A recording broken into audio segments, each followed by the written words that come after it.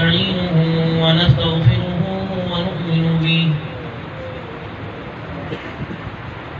ونؤمن به ونتوكل عليه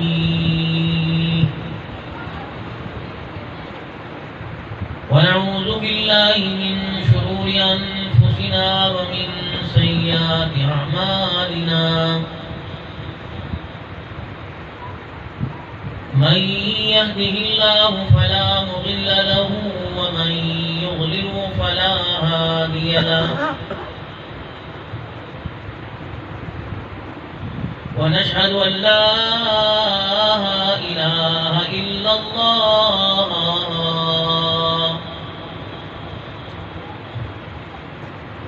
وحده لا شريك له ولا نذير له ولا وزير له ولا مشير له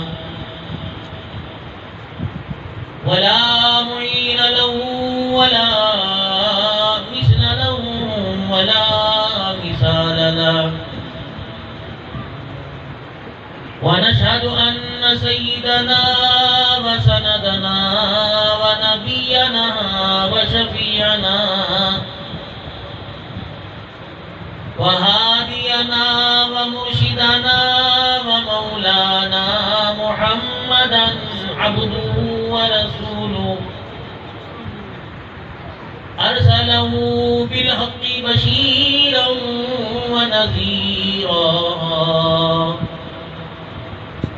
وصلى الله تعالى عليه وعلى آله وأصحابه وأزواجه وذرياته وأهل بيته وبارك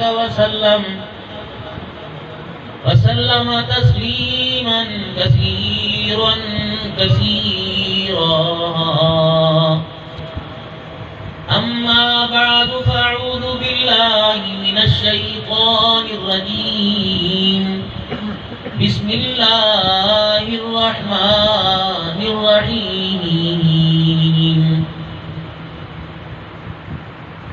ولا تقولوا لمن يقتل في سبيل الله أموات بل أحياء ولكن لا تشعرون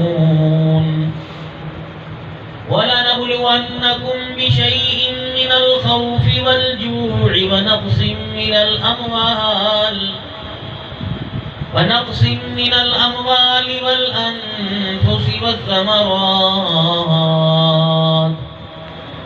وبشر الصابرين الذين إذا أصابتهم مصيبة قالوا إنا لله وإنا إليه راجعون أولئك عليهم صلوات من ربهم ورحمة وأولئك هم المهتدون وقال الله تبارك وتعالى في مقام آخر لقد كان لكم في رسول الله أسوة حسنة آمنت بالله صدق الله مولانا العلي العظيم وبلغنا رسوله النبي الكريم ونحن على ذلك لمن الشاهدين والشاكرين والحمد لله رب العالمين. درود پاک. اللهم صل على محمد وعلى آل محمد كما صليت على إبراهيم وعلى آل إبراهيم إنك حميد مجيد. اللهم بارك على محمد وعلى آل محمد كما باركت على إبراهيم وعلى آل إبراهيم إنك حميد مجيد. کہتا اوکھی ہے دید یار دی اپنی خودی مٹا کے مل طلب ہے اگر دیدار دی سجدے چی سر کٹا کے مل حسین ابن علی تو پوچھ ذرا کہہ دے وفا یار دے بابے بسے تیرا دمی عاشق نی ہمت ہار دے خودی کو کر بلند اتنا کہ ہر تقدیر سے پہلے خدا بندے سے خود پوچھے بتا دے گی رضا کیا ہے واجب الاحترام بزرگوں عزیز و دوستوں علاقہ بھر سے آئے ہوئے معزز علماء کرام صوفیان کرام مشائخ اعوام اہلیان علاقہ عزت دار گھرانوں کے بزرگوں عزیز و دوستوں آواز اگر جا رہی ہو مستورات تک ماؤں بہنوں بیٹیوں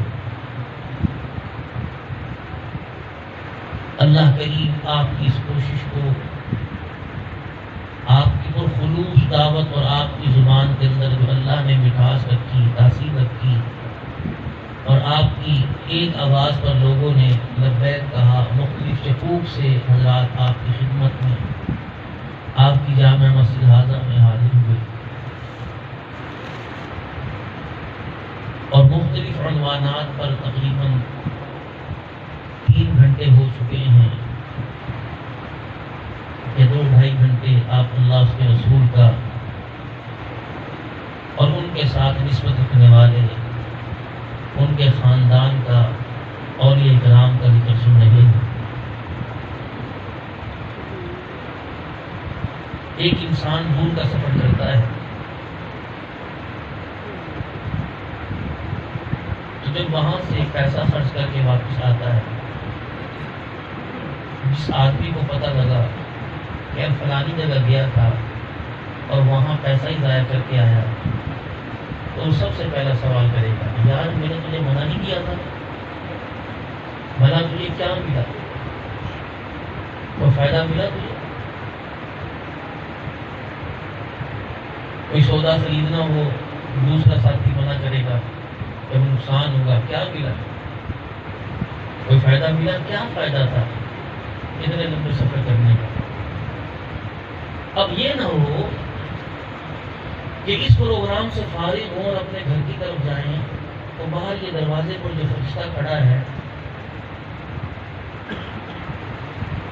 وہ ہمارے سے کہے اتنی دیر بیٹھنے کا تمہیں کیا فائدہ ملا کوئی فائدہ ہوا. اب آپ لوگ اس سوال پر تعجب بھی کریں گے اور غور سے بھی سنیں گے کہ 3-4 گھنٹے مسجد کے ماحول میں اعتکاف کی نیت فرشتوں کی چاروں طرف کی گہراؤں میں اللہ کی رحمتوں کو ڈھونڈ رہے تھے. یہ مولوی صاحب عجیب آ گیا اور کہہ رہا ہے کہ فائدہ ہوا. نہیں ہوا. فائدہ ان لوگوں کو ہوا جنہوں نے عشاء کی نماز کا سجدہ کیا اور فجر کی نماز کا کرے اور جنہوں نے ابھی تک غفلت کی وجہ سے بھائی مرتضیٰ صاحب زین العابدین صاحب کی نظرات نے کہا ہوگا کہ بھائی فوراً نماز کے بعد جلسہ ہے. کسی کی دکان کو ٹیکسنگ میں کوئی گوجرے میں کہیں کی ملازمت کرتا ہوگا وہ آیا اس نے آ کر اپنے کاغذات اور اپنا بیگ گھر میں تھا ان کا بیان شروع ہو گیا نماز انشاءاللہ میں آ کے پڑھوں گا اور پھر یہاں آ کر بیٹھ گیا غفلت ہو گئی.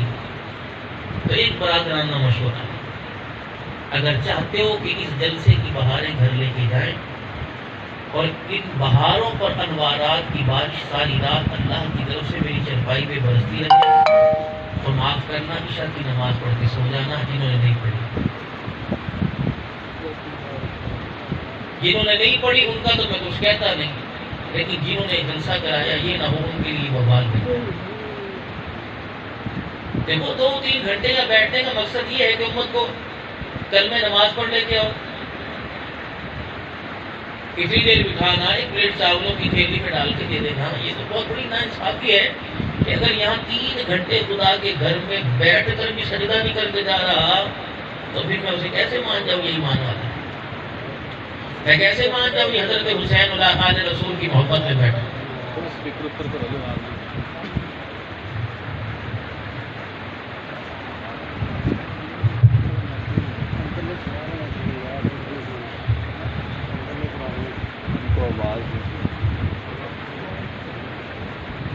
وہ کیسے مان جائیں؟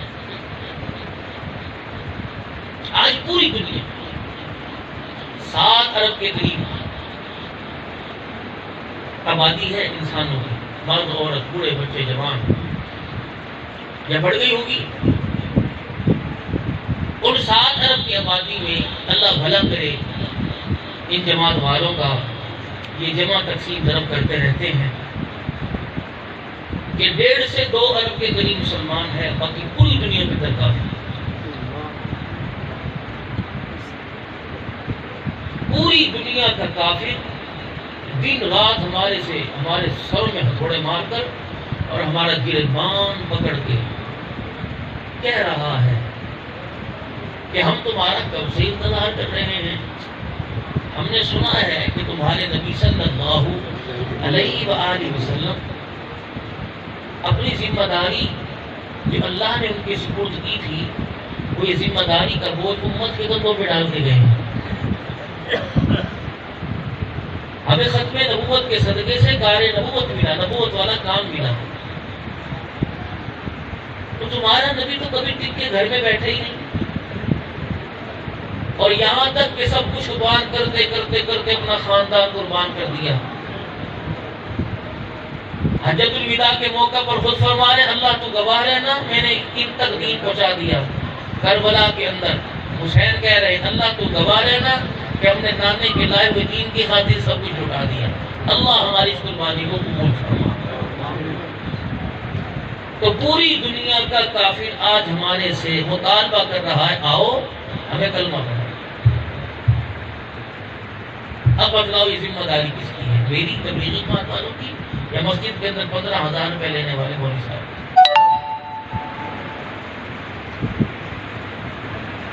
یہ مولوی صاحب کو ہڑک کیوں اٹھتی ہے کہ سال کے بعد جلسہ کرا رہا ہے، کبھی ختم نبوت کا عنوان ہے، کبھی سیرت کا، کبھی صحابہ کی عظمت کا، کبھی عظمت قرآن کا۔ یہ مولوی صاحب سال کے بعد کیوں اٹھتا ہے؟ اس کی تو اپنی تنخواہ 7,000 رہ گئی 15,000 میں سے، جو اس نے انتظامیہ سے کہا کہ 1,000 روپے دے دو جی، تو انتظامیہ نے کہا اچھا شام کو دیں گے۔ شام ہوئی تو نے کہا چابی سیکرٹری صاحب کے پاس ہے، بینک سے پیسے نہیں نکلوائے، تو اس کی تنخواہ تو خود 7,000 روپے رہ گئی۔ تو اس کو تو چاہیے تھا کہ اپنی ذات کے لیے تقاضے کرتا، اتنے بڑے اجتماعات اور آنے والوں کے لیے کھانے پکوانے اور لوگوں کی منتیں، یا علماء آئیں گے ان کے کھانے کا تو انتظام کر دے، حضرات آئیں گے ان کے پینے کا تو انتظام کر دے، علماء کرام کے زادرہ کا سارے مل کے انتظام کرو، مشورے ہو رہے ہیں، سارے کام ہو رہے ہیں۔ یہ ذمہ داری تو آپ لوگوں کی تھی، کیونکہ اللہ نے آپ کو اصل و رسوخ بھی عطا فرمایا، اللہ جل شانہ نے آپ کو مال بھی عطا فرمایا۔ تو اس کا مطلب ہے ہم سے کچھ ایسی غلطی ہو گئی ہے کہ اللہ ہم سے دکان کا کام کروا رہے، اپنے دین کا کام نہیں کروا رہے۔ توجہ کرنا میری بات پر۔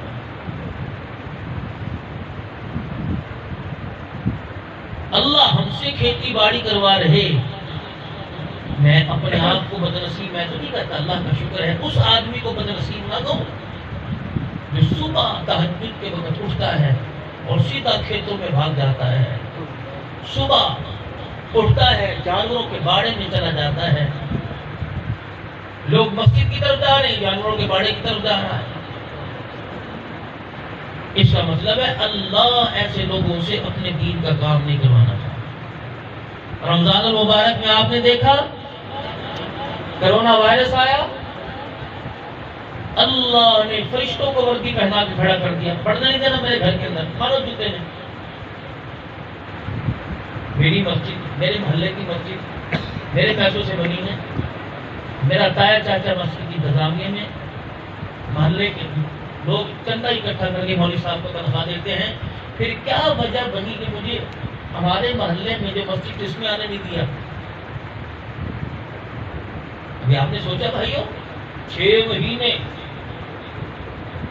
تراویح نہیں، اعتکاف نہیں، سرگودے میں مفتیان اکرام 20 روزے میں اعتکاف بیٹھے، مار مار کے اٹھایا، انہیں بھگایا، ایک مفتی صاحب کو زخمی کر دیا مار مار کے۔ ہمارے ہاں اجتماعی اعتکاف پیر محل میں ہوتا ہے، صرف آپ اپنا بستر لے کے آئیں، الحمدللہ گھر کے اندر جو چیز ملے گی انشاءاللہ وہ وہاں ملے گی. اوپر حال ہے، 2 اے سی لگے، 24 گھنٹے 1 منٹ بند نہیں ہوتا. اجتماعی اعتکاف کرے، علماء کرام کا بیان، مجلس ذکر، مراقبہ، الحمدللہ ہر چیز آپ کو ملے گی.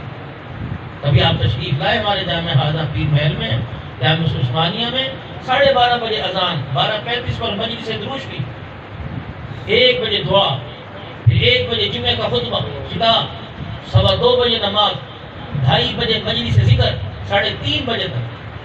اس کے بعد جتنے حضرات ہوتے ہیں اللہ ان کے لیے کھانے کا انتظام کرتے، خالی بھی اللہ جانے دیتے. مولانا صاحب سے کہوں گا یہ ماحول اپنی مسجد کے اندر پیدا کیجیے، کوئی بدعت نہیں ہے. اس سے کیا ہوگا، جو لوگ خطبے کی اذان کے وقت آتے ہیں ان لوگوں کے اندر درود شریف پڑھنے کا جذبہ پیدا ہوگا، وہ خطاب سے پہلے آئیں گے، انہیں خطاب بھی مل جائے گا اور درود شریف کے اندر شامل ہونے کا موقع بھی مل جائے گا. روزانہ نہیں تو جمعے اس کے گھر سے ڈاک حضور کے روزہ انور میں درود شریف کی صورت میں پہنچ جائے گا. سبحان اللہ، سبحان. نماز کے بعد اللہ کے ذکر اور مراقبے کے لیے بیٹھیں. آپ اپنی جان چھڑانا چاہیں، میں اس بیماری کی حالت میں اتنی جلدی اللہ کے حکم سے آپ کی جان نہیں چھوڑنا چاہ رہا کہ جس آپ نے محبت کے ساتھ مجھے بلایا اور مجھے پتا ہوتا کہ مولانا عبدالقدوس صاحب کی تشریف لا رہے ہیں، دعوت و فیودہم، میں انتہائی معذرت کرتا کہ وہ میرے سے بیٹھے نہیں جا رہا.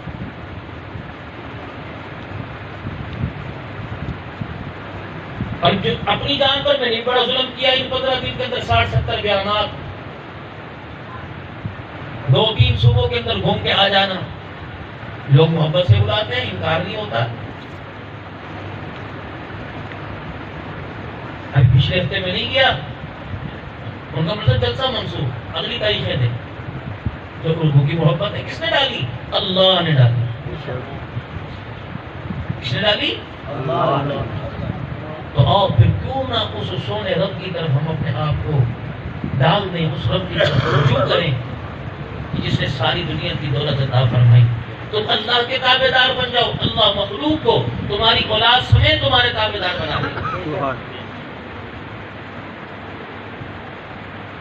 ہم سمجھ رہے ہیں انڈیا نے بیڑا غرق کر دیا جی، کہتے امریکہ کا بیڑا غرق ہوا انہیں ساڈا بیڑا غرق کرتا.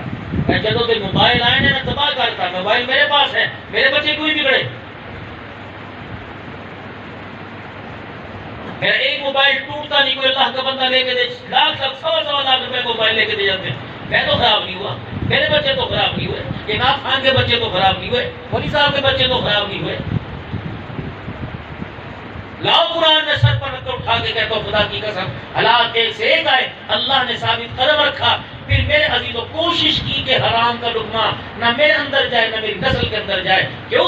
حکیم قاری طیب صاحب رحمۃ اللہ علیہ دارالعلوم دیوبند کے محتمم نے اپنے خطبات میں لکھا ہے، نہ موبائل سے نہ ٹی وی سے، مثال دے رہا ہوں اس وقت موبائل کہاں تھا، نہ ٹی وی سے اور اسی طریقے سے، اور میرے عزیزوں نہ باہر کے ماحول سے نہ گھر کی گندے ماحول سے اولاد خراب نہیں ہو رہی.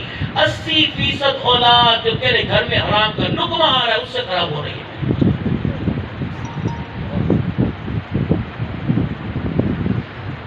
صبح صبح جو بیوی آپ کو رخصت کر رہی ہے گھر سے، اسے نہیں پتا کہ میرے شوہر کی تنخواہ 20,000 روپے ہے اور اس نے جو آگ کے اندر سودے کی لسٹ دی ہے وہ 30,000 روپے کی، یہ 10,000 کہاں سے لائے گا؟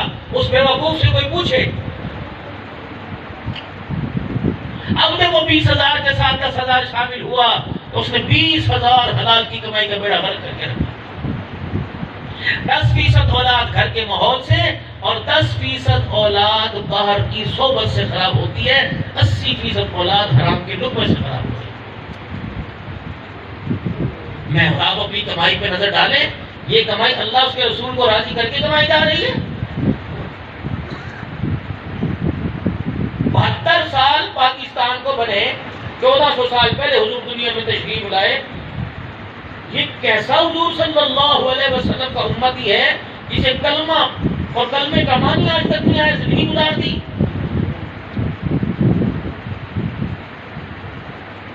حضور کی محبت میں جو جھنڈا گھر پر لہرایا، اگر اس جھنڈے کی طرف کوئی انگلی اٹھا دے، کاٹ کے رکھ دے گا، پھاڑ کے رکھ دے گا. اپنے بارے میں کیا خیال ہے؟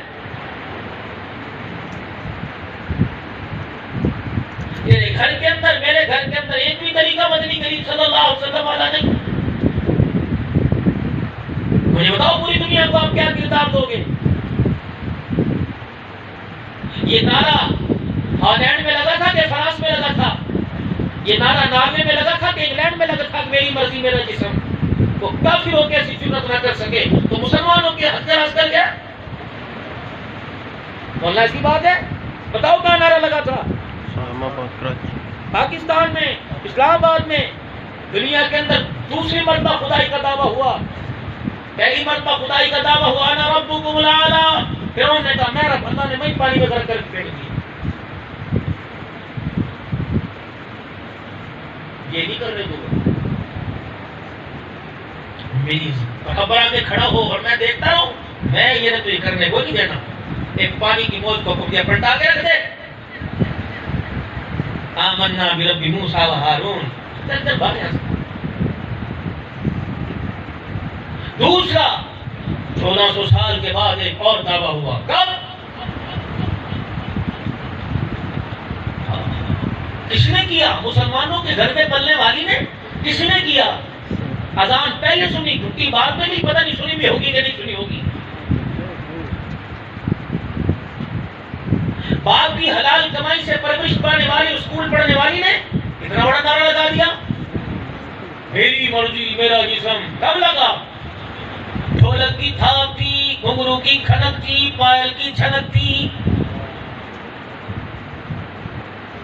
برہنہ لباس تھا، نیم برہنہ لباس تھا. گلے میں دوپٹہ کوئی نہیں، سر کے اوپر چادر کوئی نہیں، چہرے پہ برقع کوئی نہیں.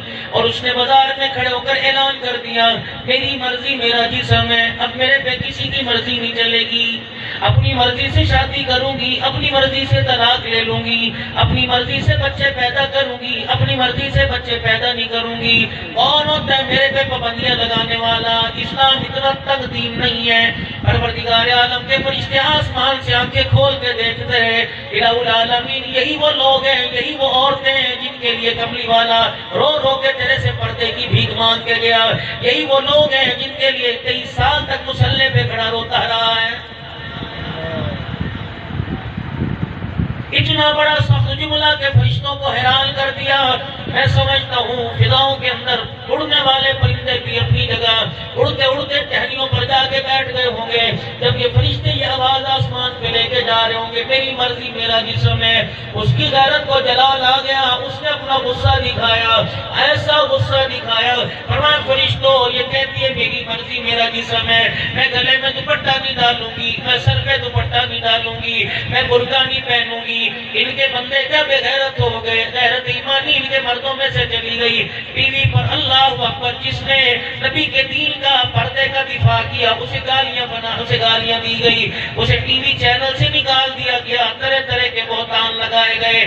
کوئی نہ اٹھا، کمٹالہ والوں میں کوئی نہ اٹھا، ٹوپے والوں میں کوئی نہ اٹھا، پیر محل والوں میں کوئی نہ اٹھا، فیصل آباد حافظ آباد والوں میں کوئی نہ اٹھا. انہوں نے کہا چھٹو جی مولویاں دے کم نے، اتنی آزادی تو ہمیں ہونی چاہیے. اللہ نے فرمایا ٹھیک ہے تم میرے نبی کے لائے ہوئے دین کا دفاع کرنا چھوڑ دو. نحن نزلنا الذکر وإنا له لحافظون.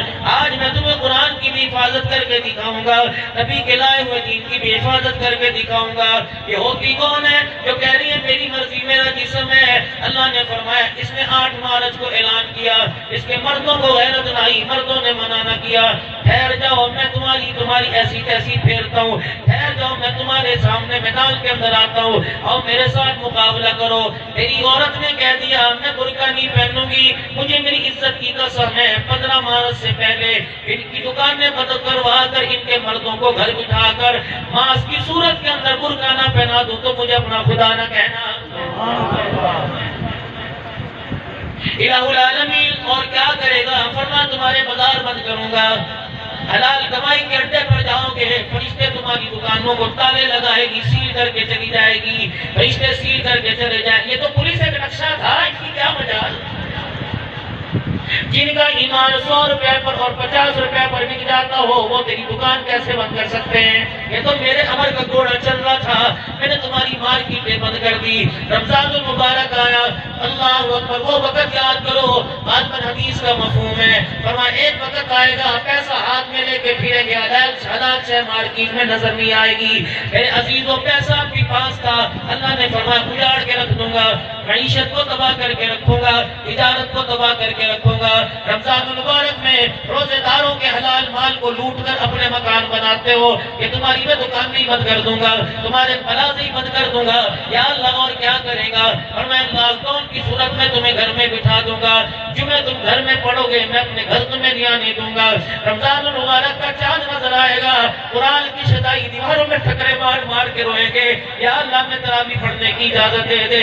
فرمایا میں اپنے گھر میں تمہیں گھسنے کی اجازت نہیں دوں گا، یا اللہ میں رہوں۔ فرمایا دو ٹوپے والو اور گمٹالے والو تم تو کیا رو، امام کعبہ امام مدینہ بھی رو کے دکھائے گا، میں راضی نہیں ہوں گا۔ عمرے کے لیے دروازے بند کر دوں گا، حج کے لیے دروازے بند کر دوں گا۔ پیسہ لے لے کے تم ہاتھوں میں پھرو گے، میں تمہیں جانے نہیں دوں گا۔ تمہارے بچوں کے لیے تمہارے لیے میں اپنی زمین کو تنگ کر دوں گا۔ پروردگار عالم میں صدقے خیرات کروں گا، میں اپنی زکات کے پیسوں میں راشن کے تھیلے بنا، فرمایا جو مرضی کر یا اللہ، میں راشن کے تھیلے بنا بنا کے تقسیم کروں گا، اگلے سال کی زکات دوں گا۔ فرمایا یہ مسئلہ حل نہیں ہوگا، یا اللہ کب حل ہوگا؟ فرمایا انہی عورتوں کو کہہ دو جس جگہ پر آ کے گناہ کیا تھا، میرا مقابلے کا اعلان کیا تھا، اسی جگہ پر معافی آ کر نہیں مانگے گی، آسمان والا رب کبھی کسی کو معاف نہیں کرے گا۔ مولانا فرما رہے تھے اڑتی اڑتی خبر آ رہی ہے 40 دن کا لاک ڈاؤن پھر آ رہا ہے، رشتہ پھر کی چیپ روڑنے کے لیے آ رہا ہے۔ میرے عزیزوں بتاؤ ہمارے اندر اتنے دنوں کے اندر کیا تبدیلی آئی؟ کیا سارے نمازی بن گئے؟ تبلیغ والے لوگوں کے دروازے پر جاتے تھے اور جا کے کہتے تھے آ جاؤ مسجد کے اندر آ کے نماز پڑھو، دین کی بات ہو رہی ہے۔ ہنس کے کہتے تھے مولوی صاحب ویلے کوئی نہیں، اللہ کی قسم میرا تے بڑا دل چاہتا ہے میرے بچیوں کی شادی ہو جائے، میرے بچے کسی روزگار پہ لگ جائے، مولوی صاحب میں سب کچھ چھوڑ چھاڑ کے اللہ کے راستے میں چلا جاؤں گا۔ اللہ نے فرمایا ٹھیک ہے تو فرصت مانگتا ہے، میں ایک دن نہیں 3 دن 3 مہینے میں تجھے فرصت دوں گا، پھر تو سجدہ کر کے دکھانا۔ مجھے ایمانداری سے بتاؤ جب دکانیں بند ہو گئی، کاروبار بند ہو گئے، نوجوانوں کے کالج اور سکول بند ہو گئے، کتنے لوگ مسجد کے اندر نماز پڑھنے کے لیے جائے؟ معلوم ہوا فرصت سے نماز کا سجدہ نہیں ملتا بلکہ خدا کی توفیق سے نماز کا سجدہ ملتا ہے۔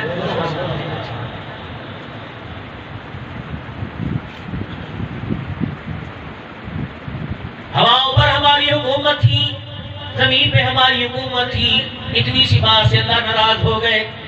فرمایا ٹھیک ہے فحاشی کرتے تم نے آباد کر دیے، میں برداشت کرتا رہا، حلال کمائی۔ تمہارے بچے دروازے پہ کھڑے ہو کے باپ کا انتظار کرتے تھے کہ ابا ریڈی لگاتا ہے 500 روپے بٹ کے لائے گا، 500 روپے کما کے لائے گا، لیکن یہ ابا بے غیرت ہو گیا، گھر جانے کے بجائے جوئے کے اڈے پہ 500 کے 500 ہار کے آ گیا۔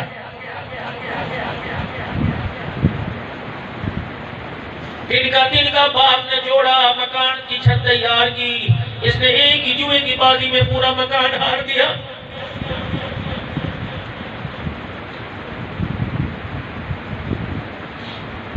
آپ یقین کریں 65,000 کے قریب بیرون ملک کے اندر ہیں جو بیان سنتے ہیں، ان میں سے اکثر کا فونات کو روتے ہیں، رو رو کے خدا کی قسم ٹکرے مارتے ہیں۔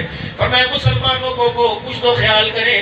یہ سے احمد کا فون آیا، کہنے لگا مسلمانوں کو کچھ تو خدا کے واسطے خیال کریں۔ اللہ اکبر، تم ادھر غلطی کرتے ہو، امریکہ والے ہمارے منہ پر تماچے مارتے ہیں۔ اللہ میرا آپ سے سوال ہے، شہادت حسین سنانے سے پہلے میں آپ سے سوال کرتا ہوں، اللہ اکبر، ایک ساری رات تکیے پہ سر رکھ کے سوتا رہا، ایک ساری رات مصلے پر پیشانی رکھ کے روتا رہا، نتیجہ کیا نکلا؟ جو سجدے میں سر رکھ کے روتا رہا وہ دنیا بھی کما گیا، آخرت بھی کما گیا، اور جو تکیے پہ سر رکھ کے سوتا رہا مرتے دم تک وہ سہانے خواب ہی دیکھتا رہا ہے۔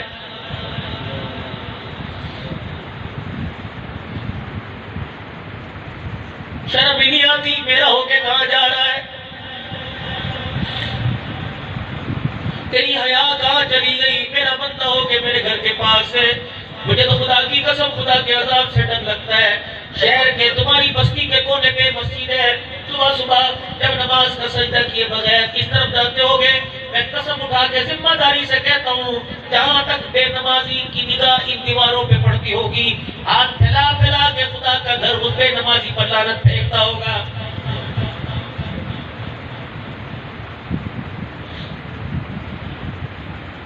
علماء اکرام نے فرمایا صبح صبح فجر کی نماز میں اٹھ جایا کرو، صبح صبح فجر کی نماز میں اٹھ جایا کرو، فرمایا اس پہلے اٹھ جایا کرو، پرندوں کے تمہارے گھر کی دیواروں کے مڈیر پر، تمہارے کپڑے دار کپڑے سکھانے والی تاروں پر جب یہ چڑیاں آ کے بیٹھ جائیں اور آ کے چی چی کرنے لگ جائیں، اللہ اکبر، ان سے پہلے اٹھ کے مصلی پہ نظر آیا کرو۔ خدا پاک کی قسم ہے، بے نمازی کے گھر کے اوپر سے چڑیاں بھی گزرنا چھوڑ دیتی ہیں۔ الہ العالمین بھوکا رہنا برداشت کریں گے، جہاں سے ہماری پرواز ہوتی ہے اللہ بے نمازی کا گھر ہے، وہ سوتا رہتا ہے، آسمان سے لعنت برستی ہے، ہماری آنکھیں دیکھتی رہتی ہے۔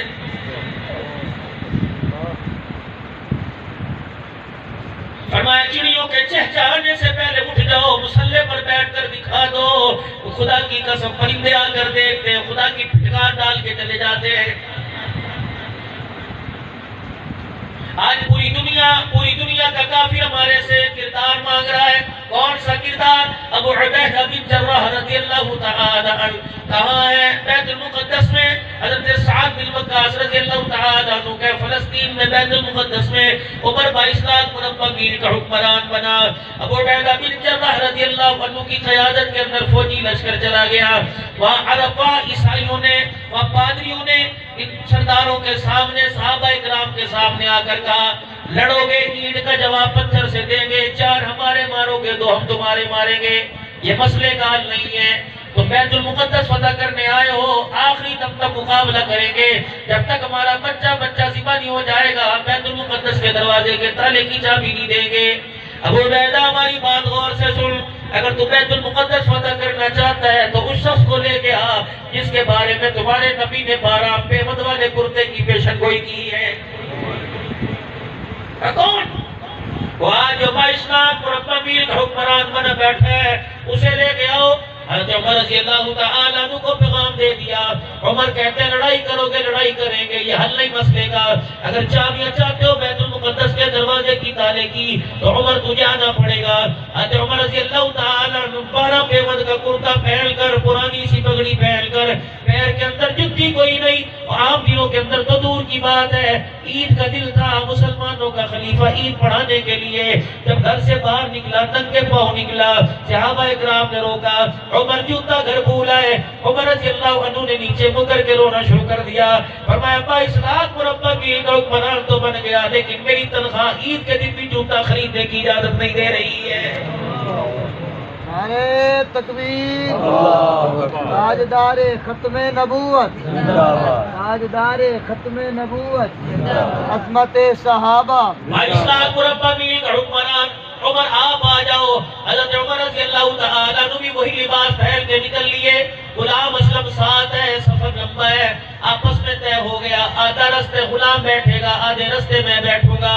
جب بیت المقدس کا شہر حدود آئی، اس وقت غلام کی باری آئی، رو کے عمر کے پاؤں پکڑ لیے، کہا عمر اللہ اکبر، باری میری ہے، میں باری تیرے پہ قربان کرتا ہوں۔ فرمایا نہیں نہیں، آج تیرا حق لے لوں گا، دنیا مجھے عادل کہاں سے کہے گی؟ 1400 سال بعد بھی میں نے بھی بولی گالیاں سننی ہے، لوگ میرا نام لے لے کے گالیاں دیں گے، میری گھر والی میری بیٹی کی لوگ عزت کی دھجیاں اڑائیں گے، جس کو دلہن بنا کے اللہ نے نبی کے گھر کے اندر بھیجا، اللہ اکبر، نکاح کا انکار تو دور کی بات ہے، میری بیٹی کو گالیاں دیں گے۔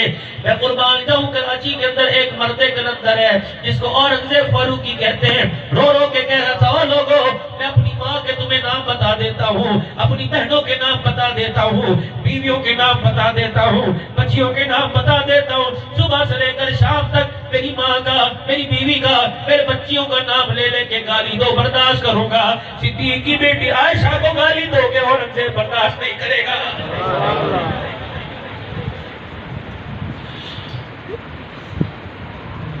مولویوں کا کام نہیں، تمہارا کام ہے، سب کا کام ہے، کرو اس کام کو۔